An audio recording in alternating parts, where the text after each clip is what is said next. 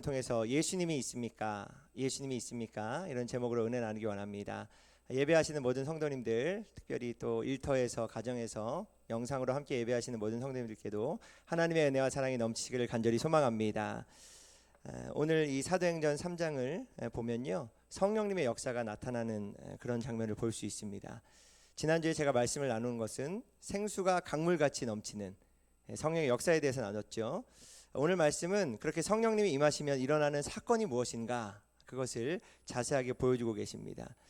특별히 오늘 본문은 오순절 마가의 다락방에 제자들에게 성령님이 임하신 후에 일어난 첫 번째 기적의 사건입니다.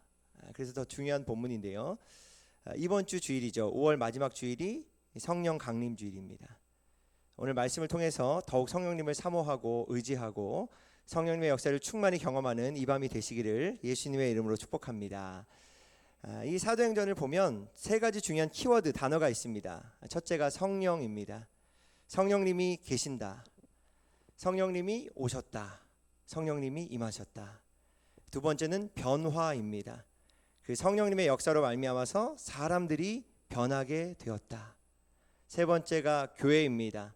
그렇게 성령의 역사로 변화된 사람들이 모여서 교회가 탄생했다.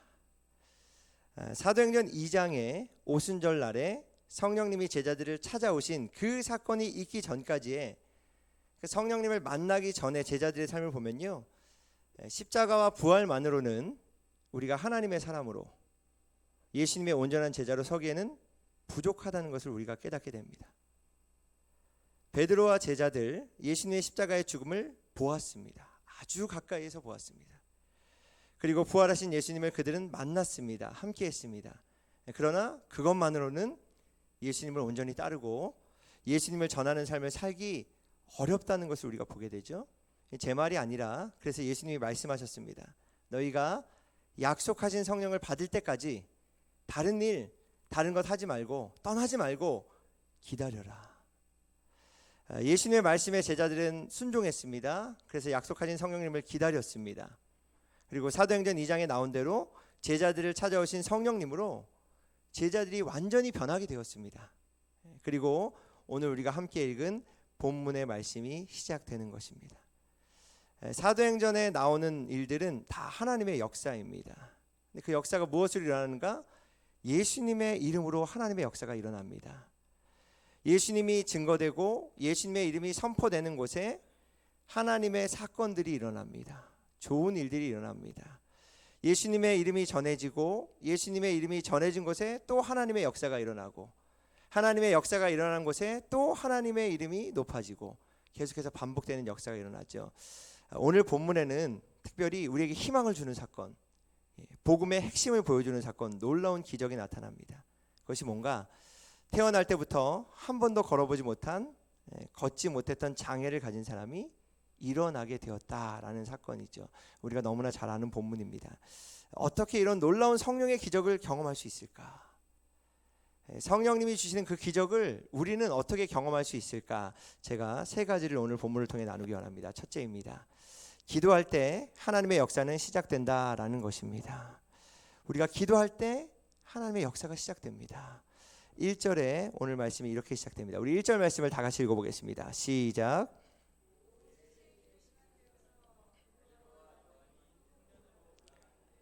오후 3시 정해진 기도 시간에 베드로와 요한이 성전으로 올라갔다라고 말씀합니다.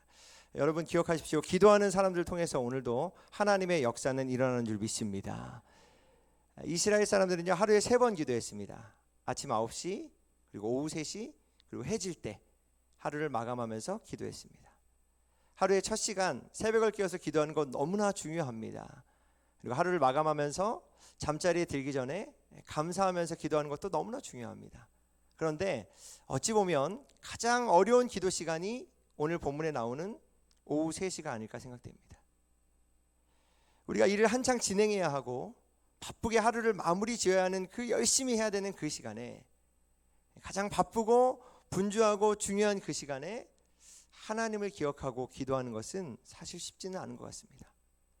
그러나 우리가 분주한 삶 가운데도 열심히 살아갈 때에도 하나님을 잊지 않는 것 정말 중요한 일임을 믿습니다.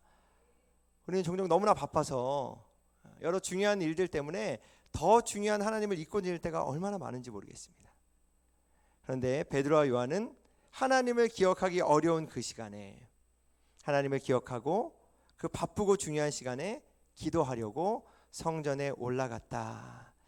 그렇게 그들이 기도하러 성전에 올라갈 때 하나님의 역사가 시작되었습니다. 오늘도 기도하는 사람에게 하나님의 사건이 일어나게 됩니다. 기도하는 사람들 통해서 오늘도 놀라운 일, 하나님의 좋은 일들이 일어납니다. 하나님께서는 우리 모두를 사랑하세요. 우리만 사랑하는 게 아니고 밖에 있는 예수님을 믿지 않는 모든 사람도 다 사랑하십니다. 근데 우리가 알아야 될 게 뭐냐면 하나님이 그냥 길거리에 지나다니는 아무에게나 축복을 주시진 않는다는 거예요. 하나님이 그냥 길거리에 지나다니고 예수님을 모르는 아무에게나 기적을 경험하게 하지는 않으신다는 겁니다. 기도하는 삶, 기도하는 사람에게 축복과 기적을 베풀어 주십니다. 그래서 야고보서 4장 2절 말씀에 제 말이 아니고 하나님이 이렇게 말씀하시죠. 여러분은 욕심을 부려도 얻지 못하면 살인을 하고 탐내어도 가지지 못하면 다투고 싸웁니다. 여러분이 얻지 못하는 것은 구하지 않기 때문이요. 우리가 막 욕심을 부리고 욕심을 부려도 안 되면 살인까지 하고 탐내고 싸워도 뭔가를 얻지 못하는 이유가 뭔가? 하나님은 정확하게 말씀하십니다. 얻지 못하는 것은 구하지 않기 때문이다. 저는 이 말씀대로 우리가 기도함으로 하나님께서 우리에게 예비하신 복, 하나님이 주시길 원하시는 그 축복과 기적을 경험하게 되기를 예수님의 이름으로 축복합니다. 꼭 기억해야 되는 것, 기도할 때 하나님의 역사는 시작된다는 것입니다. 둘째로 오늘 본문을 통해서 우리가 알 수 있는 것은요, 문제는 하나님이 역사하시는 통로가 된다라는 것입니다.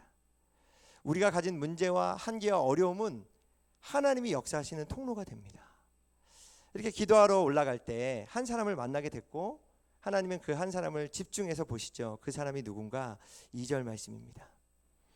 나면서부터 못 걷는 사람을 사람들이 떠매고 왔다. 그들은 성전으로 들어가는 사람들에게 구걸하게 하려고 이 못 걷는 사람을 날마다 아름다운 문이라는 성전 문 곁에 앉혀 놓았다. 그는 누군가? 나면서부터 못 걷게, 걸을 수 없게 된 사람이다 말씀하시죠. 4장으로 넘어가 보면 이 사람이 자기 얘기를 막 합니다. 간증을. 그걸 가지고 생각해 보면 나이가 한 40대 정도 됐던 것 같아요. 근데 이 사람이 태어날 때부터 걸을 수 없는, 못 걷게 된 상태다라고 말씀하시죠. 자기의 실수가 아닙니다. 사고가 나서 그런 것도 아니고 태어나면서부터 걸을 수 없게 됐습니다. 그러니까 이 사람이 장애를 가졌는데, 문제를 가졌는데 그 문제와 장애의 원인이 자기에게 있는 게 아닌 거예요. 그 원인이 어디서부터 왔는지 잘 모릅니다. 그런데 그 문제와 고통은 자기가 짊어져야 하는 사람.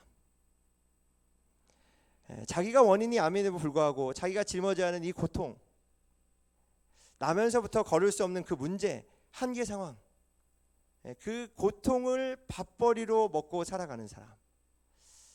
제가 오늘 말씀을 준비하면서 다시 이 사람을 보는데 참 가슴이 아프더라고요. 자기도 어찌할 수 없는 그 문제가, 장애가 이 사람이 직업이 되었구나. 이 사람의 직장은 어디입니까? 2절 하반절에 보니까 아름다운 문, 미문이라고 말하는 곳에 있었죠. 예루살렘 성전에 가면 용도가 한 7개에서 9개 정도 다르게 쓰임받는 문이 있습니다. 예를 들어서 제사장만 들어가는 문, 이런 곳이 있습니다. 제사에 사용하는 양들이 들어가는 양의 문, 이런 게 있습니다. 오늘 이 본문에 나오는 아름다운 문, 미문이라고 하는데요, 금으로 만들어졌습니다. 그래서 성전으로 들어가는 여러 가지 문 중에 가장 아름답고 화려한 문, 그래서 미문이라고 불렀는데 너무 역설적이지 않습니까? 가장 아름다운 문 앞에 가장 비참하고 안타까운 한 인생이 앉아서 구걸하고 있는 겁니다. 인생의 삶 속에 내가 잘못한 게 아닌데 그 결과는 내가 짊어져야 하는 그런 경우. 여러분은 이런 경우가 없습니까? 나는 아무 잘못이 없는데, 난 잘못한 게 없는 것 같은데 그 고통과 그 문제와 그 어려움은 내가 다 감당해야 되고, 어찌할 수 없는 인생의 한계로 큰 어려움을 당하고 있는 분은 안 계십니까? 제가 말씀을 준비하면서 이 사람에 대해서 생각해 봤어요. 이 사람이 뭐라 그랬을까? 아마 이랬을 것 같아요. 나는 걷지 못한다. 여기서 더 나아질 방법은 없다. 내가 할 수 있는 최선은 구걸이다. 이것이 내 인생의 최선이다. 인생에 넘을 수 없는 한계 앞에서 그냥 구걸하고 체념하면서 그렇게 살아갔습니다. 자신도 그렇게 생각했을 거고 다른 사람들도 그렇게 생각했을 거예요. 근데 여러분, 중요한 게 뭐냐면 하나님의 생각은 달랐습니다. 하나님의 계획은 달랐어요. 그를 바라보는 하나님의 기대와 마음과 생각은 달랐습니다. 하나님의 마음은 무엇이었는가? 여러분, 먼저 하나님은 지금도 살아계신 줄 믿습니다. 지금도 우리를 바라보고 계십니다. 우리 삶에 우리가 생각하지 못하는 놀라운 기대와 계획을 가지고 계신 줄 믿습니다. 그 계획과 기대가 무엇입니까? 오늘 6절에 보니까 일어나 걸으시오. 하나님의 마음, 하나님의 계획은요, 그가 일어나 걷는 것이었습니다. 그리고 7절에 보니까 그의 오른손으로 잡아 일으켰다. 그는 즉시 다리와 발목에 힘을 얻어서, 아멘. 하나님은 그를 일으키길 원하셨습니다. 힘이 빠진 그 다리, 발목에 힘을 주기를 원하셨습니다. 8절에 보니까 벌떡 일어나서 걸었다. 그는 걷기도 하고 뛰기도 하며 하나님을 찬양하면서 그들과 함께 성전으로 들어갔다. 아멘. 그가 일어날 뿐만 아니라 걷기만 하는 것이 아니라 뛰고, 이것이 하나님의 계획이었습니다. 하나님의 마음이었어요. 결국 어떻게 되는가? 그가 하나님을 찬양하면서 많은 사람들과 함께 성전으로 들어가는 것. 그것이 하나님이 그 사람을 보면서 간절히 꿈꾸고 소망하고 계셨던 마음이요, 계획인 줄 믿습니다. 뒤에 보면요, 여러분, 나면서부터 이 못 걷게 된 사람이 40년 동안 가졌던 이 고통, 하나님이 어떻게 기적을 베풀어 주셨는지 막 얘기할 때 이 사람을 통해서 5,000명이 죽기로 인도되는, 5,000명이 예수님을 믿게 돼요. 이 사람을 통해서, 이 일로 교회의 새로운 역사를 써가는 주인공이 여러분 되었습니다. 그것이 하나님의 계획이었던 거죠. 때로는 연약한 나 자신을 보면서 실망하기도 하고 좌절하기도 하고 포기하고 싶고, 나는 여기까지야, 나의 한계야, 다른 사람들도 그렇게 생각하고, 그런 분들이 계십니까? 근데 하나님은 아닙니다. 하나님의 계획은, 하나님의 마음은 그게 끝이 아닙니다. 오늘 이 사람의 마음은 그냥 그렇게 살아가는 것, 그냥 이 사람의 계획은 그냥 성전 밖에서 쭈그려 앉아서 구걸하며 살아가는 것, 그게 계획이었어요, 이 사람의 계획. 그런데 하나님의 마음은 그가 일어서는 것, 하나님의 마음은 그가 걷는 것, 하나님의 마음은 그가 뛰고 기뻐하고 찬양하고 성전으로 들어가는 것. 하나님의 계획은 그를 통해서 수없이 많은 사람들이 예수님께로 나오게 되는 것. 하나님은 그 사람에게 이렇게 말씀하고 싶으셨을 것 같아요. 내 삶은 거기서 끝이 아니다. 내 인생은 거기서 끝이 아니다. 오늘 우리에게도 그렇게 말씀하지 않으실까요? 내 삶은 거기서 끝이 아니란다. 여러분, 우리의 인생은 아직 끝나지 않았습니다. 우리가 살아가면서 어떤 문제에 대해 정말 절망스럽고 소망이 없고 답이 없어 보여도 우리의 삶은 오늘 말씀을 믿는다면 거기서 끝이 아닙니다. 하나님은 답이 있으십니다. 하나님은 하실 수 있습니다. 여러분, 영성이 뭡니까? 영성이라는 게 뭡니까? 하나님의 시각으로, 하나님의 눈으로 내 인생을 바라보는 게 영성입니다. 하나님의 눈으로, 하나님의 시각으로 다른 사람을 바라보는 게 영성입니다. 하나님은요, 지금도 우리를 바라보시면서 놀라운 계획을 가지고 계세요. 더 큰 하나님의 놀라운 선물과 축복을 계획하고 계신 줄 믿습니다. 그래서 여러분, 우리의 문제는 하나님이 역사하시는 통로가 된다는 것입니다. 우리의 한계 상황은 하나님이 역사하시는 재료가 되는 줄 믿습니다. 비록 우리는 왜 이런 고통을 당하는지 알지 못하겠지만, 왜 이런 문제가 내 삶에 찾아왔는지, 왜 내가 이 문제를 짊어져야 되는지 도저히 알지 못하겠지만, 그 한계와 문제를 통해서 하나님은 더 놀라운 삶, 더 놀라운 계획, 더 놀라운 축복을 계획하고 계신 줄 믿습니다. 그럼 어떻게 우리의 문제와 한계 상황에서 하나님의 역사를 경험하게 될까? 마지막 셋째로, 예수님의 이름에 능력이 있다는 것입니다. 예수님의 이름의 능력이 있습니다. 오늘 그것을 말씀하시는 거예요. 나면서부터 앉았던 이 사람이 일어나고 뛰고 막 성전으로 들어오니까 사람들이 다 놀란 겁니다. 그래서 우리가 읽진 않았지만 11절과 12절에 이렇게 합니다. 그 사람이 베드로와 요한 곁에 머물러 있는데 사람들이 모두 크게 놀라서 솔로몬 행각이라고 하는 곳으로 달려와서 그들에게로 모여들었다. 베드로가 그 사람들을 보고 그들에게 말하였다. 이스라엘 동포 여러분, 어찌하여 이 일을 이상하게 여기십니까? 또 어찌하여 여러분은 우리가 우리의 능력이나 경건으로 이 사람을 걷게 하기나 한 것처럼 우리를 바라봅니까? 나은 사람이 베드로를 붙잡았어요. 감사합니다. 그러니까 주위의 사람들이 막 놀라서 모이기 시작했습니다. 이때 베드로가 굉장히 중요한 선을 합니다. 우리 개인의 능력과 경건으로 이 사람을 걷게 한 것처럼 왜 우리를 쳐다보고 있습니까? 한마디로 나의 경건과 나의 능력으로 이 사람을 일으킨 게 아니다. 인간의 능력, 인간의 경건으로는 이 사람을 고칠 수 없다는 중대한 선언이었습니다. 여러분, 사람을요, 사람의 능력으로 변화시킬 수 없습니다. 우리의 능력으로 우리 자녀들 고칠 수 없습니다. 우리의 능력으로 우리 배우자 고칠 수 없습니다. 우리의 능력으로, 우리의 경건으로 우리의 가정 변화시킬 수 없습니다. 우리의 능력으로 우리의 공동체 바꿀 수 없습니다. 많은 사람들이 자신의 능력으로, 자신의 경건으로 사회를 고쳐보려고 했어요. 그런데 다 실패했어요. 왜? 인간의 능력과 인간의 경건으로 고칠 수 없기 때문에. 그럼 누가 고칠 수 있습니까? 왜 우리를 바라봅니까? 라고 했는데 그럼 우리를 누구를 바라봐야 됩니까? 베드로의 선포에 그 답이 있습니다. 6절, 오늘 본문의 가장 중요한 구절이죠. 우리 다 같이 한번 읽어보겠습니다. 시작. 베드로가 말하기를 은과 금은 내게 없으나 내게 있는 것을 그대에게 주니 나사렛 예수 그리스도의 이름으로 일어나 걸으시오 하고 아멘. 바로 예수님이 답인 줄 믿습니다. 예수님의 이름이 답입니다. 여러분, 그게 해답이죠. 예수님의 이름을 고백하고 예수님의 이름을 찬양하고 예수님의 이름을 의지하고 예수님의 이름을 믿고 선포하는 그곳에 오늘도 이러한 놀라운 기적이 일어나게 될 줄 믿습니다. 예수님의 이름에는요, 능력이 있습니다. 지금 이 시간에도 능력이 나타나고 있어요. 믿음이 있다면, 예수님을 믿는 믿음, 예수 그리스도의 이름을 믿는 믿음이 있다면 기적은 이 시간에도 일어난다는 것입니다.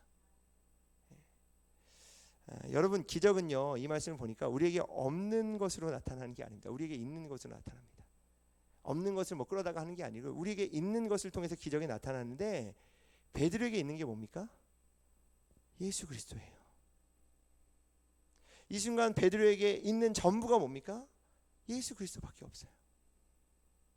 정말 베드로는요, 예수님이 모든 것이었어요. 그냥 그거밖에 없었어요. 그에게는 오직 예수님만 있었습니다. 예수님만 의지했습니다. 베드로에게 있는 것, 돈도 아니고 능력도 아니고 예수님. 예수님이 모든 인생의 어떤 문제든지 어떤 한계 상황이든지 해답이 된다. 구원자가 되신다. 그 믿음, 그 복음, 그 진리가 베드로에게 있었던 것입니다. 그렇다면 여러분, 은과 금은 없지만 베드로에게 있는 이 예수님이 여러분에게는 있습니까? 베드로가 가진 이 예수님에 대한 믿음이 있습니까? 예수님은 지금도 살아계신다. 예수님은 나와 지금도 함께하고 계신다. 예수님은 어떤 문제도 해결하실 수 있다. 여러분, 우리가 정말 안타까워야 할 것은요, 은과 금이 없는 게 안타까운 게 아니고 내 안에 이 베드로가 가진 이 예수 그리스도가 없는 게 정말 안타까운 게 아닐까요? 능력이 없고 은이 없고 근이 없는 게 정말 그게 문제가 아니고 내 안에 이 예수님을 향한 믿음이 없는 게 이게 정말 문제가 아니겠습니까? 여러분에게는 예수님이 있습니까? 예수 그리스도에는 능력이 있습니다. 여러분, 살리는 이름, 생명의 이름, 회복의 이름이 예수님의 이름인 줄 믿습니다. 제가 오늘 말씀을 준비하면서 예수님의 이름에 대한 것을 막 몇 구절을 찾아봤어요. 약속입니다. 이건 하나님의 약속인데 우리가 이 말씀을 보면서 아멘 했으면 좋겠습니다. 로마서 10장 13절 말씀입니다. 우리 다 같이 읽어보겠습니다. 시작. 주님의 이름을 부르는 사람은 누구든지 구원을 얻을 것입니다. 아멘. 누구든지 주님의 이름, 예수님의 이름을 부르는 자는 구원을 얻을 것이다. 여러분 예수님의 이름을 부르십시오. 구원을 얻게 될 줄 믿습니다. 혹시 기도가 좀 안 되시는 분들이 있다면요, 그냥 예수님만 계속 부르십시오. 예수님, 예수님 계속 외치십시오. 그리고 그 이름 앞에 그냥 우리의 문제를 가져다 놓으십시오. 분명히 구원을 얻게 될 줄 믿습니다. 하나님의 약속입니다. 또 약속하셨어요. 마가복음 16장 17절과 18절입니다. 우리 한번 읽어보겠습니다. 시작. 곧 그들은 내 이름으로 귀신을 쫓아내며 새 방언을 말하며 손으로 뱀을 집어들며 독약을 마실지라도 절대로 해를 입지 않으며 아픈 사람들에게 손을 얹으면 나을 것이다. 아멘. 오늘도 우리 주님 예수님의 이름으로 귀신이 쫓겨나갈 줄 믿습니다. 예수님의 이름으로 기도할 때 우리에게 새 방언이 터지게 될 줄 믿습니다. 무슨 위험한 일을 당하든지 우리가 예수님의 이름을 나가면 해를 입지 않게 될 것이고, 아픈 사람에게 예수님의 이름으로 손을 얹고 기도하면 낫게 될 줄 믿습니다. 전 이걸 믿습니다. 왜? 저의 능력이나 저의 경건이 아니라 예수님의 이름의 능력이 있기 때문에, 예수님의 약속이기 때문에 오늘 우리가 이 예수님의 이름으로 나아갈 때 이런 하나님의 역사가 일어나기를 예수님의 이름으로 간절히 축복합니다. 그리고 우리는 예수님의 이름으로 기도 응답을 받습니다. 요한복음 14장 14절 말씀입니다. 한번 다 같이 읽어보겠습니다. 시작. 너희가 무엇이든지 내 이름으로 구하면 내가 다 이루어 주겠다. 아멘. 예수님의 약속입니다. 예수님의 약속. 무엇이든지 내 이름, 예수님의 이름으로 구하면 내가 다 이루어 주겠다. 우리가 오늘 예수님의 이름으로, 예수님의 이름을 믿는 믿음으로 기도하면요, 예수님께서 이루어 주실 줄 믿습니다. 기도 응답에 딱 한 가지 조건, 이거밖에 없어요. 예수님의 이름. 내 이름으로 기도하면 내가 응답해 주겠다. 여러분, 우리의 이름이 아닙니다. 내 이름을 걸고 하는 게 아닙니다. 내 공로, 내 경건, 내 능력이 아니라요, 그걸로는 응답 못 받아요, 우리가. 그런데 예수님의 이름을 붙들고 의지해서 기도하면 응답받게 될 줄 믿습니다. 제가 어렸을 때 저희 외할아버지 친구분이 집 앞에 있는 작은 궁어문 가게를 하셨습니다. 굉장한 단골이었죠. 돈이 없어도 저는 아무거나 다 가져올 수 있었습니다. 어떻게 그렇게 했냐? 딱 하나, 서성락, 할아버지 이름만 적었어요. 외상으로 달고 오는 거예요. 그러면요, 다 먹을 수 있었습니다. 다 가져왔습니다. 하나님이 하나님이 아니죠. 마음이 가쁘어서요. 할아버지가 다 갚아주셨어요. 다 가져왔습니다. 오늘 이 말씀을 다 구절을 준비하는데 그게 생각나더라고요. 제 이름으로는 못 먹습니다. 죽었다 깨나도 못 먹습니다. 근데 할아버지 이름으로 다 먹을 수 있었습니다. 마찬가지죠. 우리의 이름으로는 안 됩니다, 여러분. 우리의 능력으로는 안 됩니다. 우리의 경건으로는 안 됩니다. 기도 응답을 받을 길이 없습니다, 여러분. 오직 예수님의 이름. 그 이름으로 기도하고 응답받고, 그 이름으로 기도하고 응답받고, 예수님의 이름으로 기도하면요, 풍성하게 주십니다. 풍성하게. 얼마나 풍성하게 주시냐? 하나님은 내 기도에만 응답하실 뿐만 아니라 내가 다른 사람을 위해 기도해도 거기에도 응답해 주세요. 풍성하게 주시는 거죠. 그리고 예수 그리스도의 이름으로 회복될 줄 믿습니다. 40년이 넘게 한 번도 걷지 못한 사람이 몸도 마음도 영도 완전히 회복된 줄 믿습니다. 은과 금으로는 그 사람 못 일으켜요. 살릴 수 없어요. 그런데 예수님의 이름으로 그가 회복되었습니다. 오늘도 우리의 영과 또 몸과 마음이 회복되는 역사가 예수님의 이름으로 일어나기를 예수 그리스도의 이름으로 간절히 축복합니다. 그러니 여러분, 예수님의 이름을 붙잡으십시오. 예수님의 이름만 믿으십시오. 그 이름만 의지하십시오. 예수님의 이름만 부르며 기도하십시오. 예수님의 이름이 선포된 곳에 오늘도 회복의 역사가 일어나게 될 줄 믿습니다. 이 시간 문제를 가지고 오신 분들, 한계를 가지고 오신 분들이 안 계십니까? 성전에 나왔는데 뛰어 들어갈 수 없는 그런 마음, 이 사람처럼 뛰어가고 싶은데, 하나님의 임재 앞에 막 가고 싶은데 가지 못하는 그런 모습, 내가 가진 어떠한 한계와 문제 때문에 자유롭게 기쁘게 뛰면서 찬양할 수 없는 그런 나의 삶, 육체적인 어떠한 한계, 영적인 어떠한 한계 때문에 주저앉아 있을 수밖에 없는 그런 모습, 그게 우린 아닐까요? 그런데 하나님은 그런 우리를 지금도 바라보고 계십니다. 그리고 거기가 너의 삶의 끝이 아니라고 말씀하십니다. 기도할 때 기적이 일어날 것입니다. 우리 한계와 문제가 예수님으로 기도할 때, 예수님의 이름으로 기도할 때 해결되게 될 줄 믿습니다. 오늘 이런 예수님의 이름의 능력, 성령의 역사를 경험하는 우리 모든 성도님들과 우리 목장과 교회가 될 수 있기를 예수 그리스도의 이름으로 간절히 축복합니다. 우리 찬양하고 기도하도록 하겠습니다.